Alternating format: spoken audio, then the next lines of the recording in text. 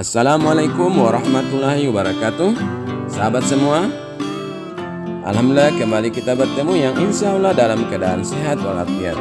Saat ini saya bersama Bung Andi, pedagang pentol goreng telur yang sering mangkal di pasar Minggu, pasar Kamis, juga biasa berdagang keliling di sekitar Kecamatan Lemito.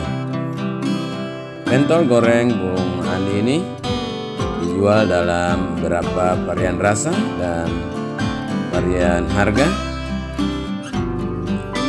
Saya juga sering berlangganan untuk membeli pentol goreng Bung Andi ini karena rasanya yang enak, sehingga membuat pelanggan selalu mencari di mana Bung Andi berjualan.